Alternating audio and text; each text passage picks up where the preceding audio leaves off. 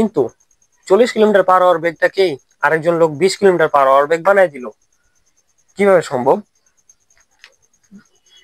এটাই হচ্ছে আপেক্ষিক গতির একটা উদাহরণ দিলাম, যে আপেক্ষিক গতির কারণেই এরকম মনে হয় যে এই গাড়িটা 40 কিলোমিটার/আওয়ার বেগে যাচ্ছিল, তারপরও এই লোকটার কাছে মনে হচ্ছে কি এই গাড়িটা 20 কিলোমিটার/আওয়ার বেগে যাচ্ছে, কারণ এত গতিশীল না।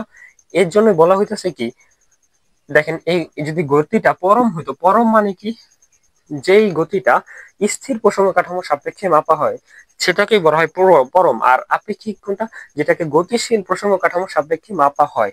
এই দেখেন, এই ক্ষেত্রে এই যে গতিটা, এই যে যে আমি 20 কিলোমিটার/আওয়ার বেগ পাইলাম, এই গতিটা কি কি প্রসঙ্গ কাঠামোর সাপেক্ষে মাপতেছি? গতিশীল প্রসঙ্গ কাঠামোর সাপেক্ষে না, যেই প্রসঙ্গ কাঠামোটা নিজেই গতিশীল, কত বেগে? 20 কিলোমিটার/আওয়ার বেগে সামনের দিকে গতিশীল। তার মানে আমি এই বেগটাকে মাপতেছি একটা গতিশীল প্রসঙ্গ কাঠামোর সাপেক্ষে। এর জন্য এই যে আমি অ্যান্সারটা পাবো, যে বেগের অ্যান্সারটা পাবো সেটা হচ্ছে কি আপেক্ষিক বেগ বা আপেক্ষিক গতির একটা অ্যান্সার পাবো। কিন্তু এই যে যে জিনিসটা মাপলাম সেটা কিন্তু স্থির প্রসঙ্গ কাঠামোর সাপেক্ষে মাপছি। এটা আপনার আপাতত ধরে নেন, যদি মনে করি পৃথিবীটা স্থির, তাহলে পৃথিবীর উপরে স্থির একজন, পৃথিবী স্থির, পৃথিবীর উপর এই লোকটা দাঁড়িয়ে আছে, সেও স্থির। তাহলে এই স্থির প্রসঙ্গ কাঠামোর সাপেক্ষে যেহেতু এই গাড়ির বেগটা পাইছে 40 কিলোমিটার/আওয়ার, তার মানে যদি পৃথিবী স্থির হয় এবং এই লোকটা স্থির হয়, তাহলে এটা হবে কি পরম গতির একটা উদাহরণ। ঠিক আছে, পরম গতির একটা উদাহরণ। চলেন আরেকটা জিনিস দেখাই।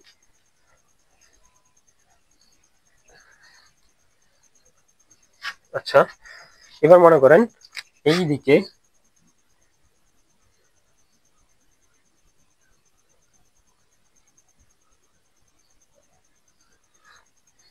সামনের দিকে একজন বালক দৌড়াইতেছে, বালক মনে করেন সামনের দিকে দৌড়াইতেছে, এদিকে দৌড়াইতেছে কত, 60 কিলোমিটার/আওয়ার বেগে এই বালকটা এই রাস্তা দিয়ে সোজাসুজি দৌড়ায় যাচ্ছে সামনের দিকে। আচ্ছা ঠিক আছে, দৌড়ায় যাচ্ছে।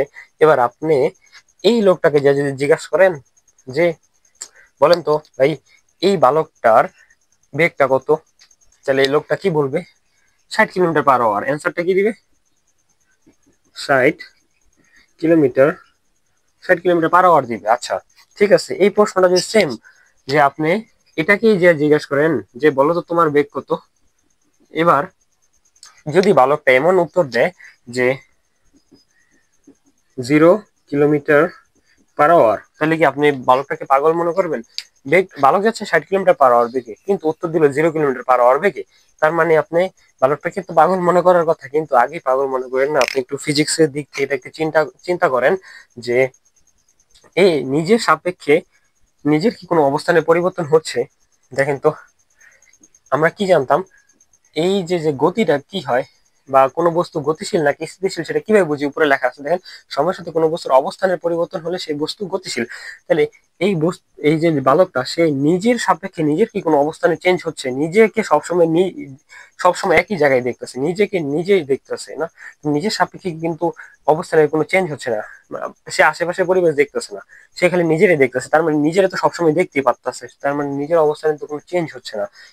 যেহেতু বলছে অবস্থানে চেঞ্জ হচ্ছে না, তার মানে সে নিজেকে স্থির বলতে পারে। কিন্তু যেহেতু সে স্থির বলছে নিজেকে, এবার যদি তার সামনে একটি, তাহলে তাকে এর সাথে সাথে একটা জিনিস বলতে হবে। তার সামনে যে একটা পাথর আছে, মনে করে এইটা আছে, তাকে, যেহেতু সে নিজেকে স্থির দাবি করছে, তাহলে তাকে আরেকটা জিনিসও বলতে হবে যে সামনে বা আশেপাশের বা বাইরের বাহ্যিক পরিবেশ তার বেগে পেছনের দিকে চলে আসতেছে না, এরকম বলতে হবে না? হ্যাঁ, এরকম বলতে হবে যে নিজেকে স্থির বলতে পারে, কিন্তু বলতে হবে যে সামনে থাকা এই পাথরটি তার সমবেগে, মানে কি 60 কিলোমিটার/আওয়ার বেগে ঠিক তার পেছন দিকে চলে আসতেছে। তাইলে তার কথা ঠিক আছে। যদি বলে এটার বেগও কি 0 কিলোমিটার/আওয়ার, তার মানে তার মাথায় সমস্যা আছে।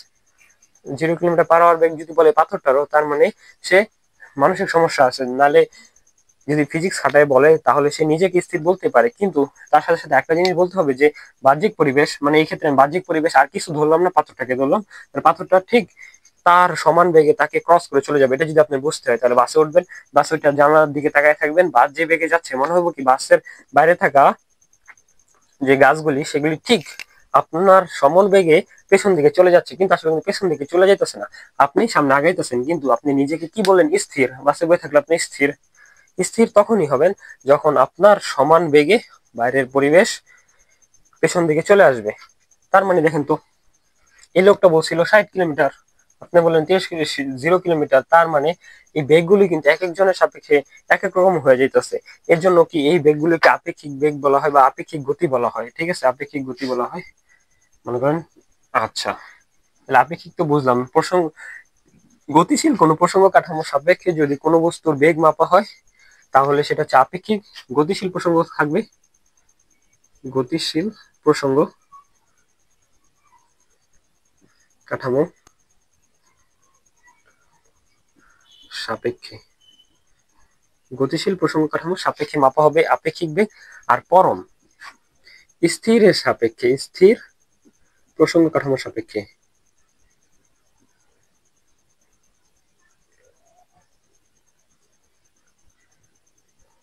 সাপেক্ষে। আসলে এবার আপনার পরীক্ষা 2 নম্বরে একটা প্রশ্ন আসতে পারে যে ব্যাখ্যা করো যে সকল গতি আপেক্ষিক, নয় কোনো গতি পরম, নয় কোনো বেগ পরম। ঠিক আছে, এরকম ব্যাখ্যা করতে বলতে পারে অনেকে, হঠাৎই আসে এরকম প্রশ্ন। এর থেকে আপনারা কিন্তু একটা জিনিস বুঝতে পারতেছেন, কোনো গতি কিন্তু আসলে পরম নয়। কেন নয়? কারণ আপনি যদি খুঁজে একটা স্থির প্রসঙ্গ কাঠামো বের করে ফেলেন, মনে করেন একটা বাস স্ট্যান্ড, মনে করেন একটা ইট পড়ে রয়েছে পৃথিবীর মাটি, পৃথিবী পৃষ্ঠের উপরে একটা ইট পড়ে রয়েছে। এখন আপনি বলতেছেন ইটটা স্থির, কিন্তু আসলে চিন্তা করে দেখেন তো ইটটা কি স্থির নাকি? আসলে কিন্তু ইটটা স্থির নয়। কেন?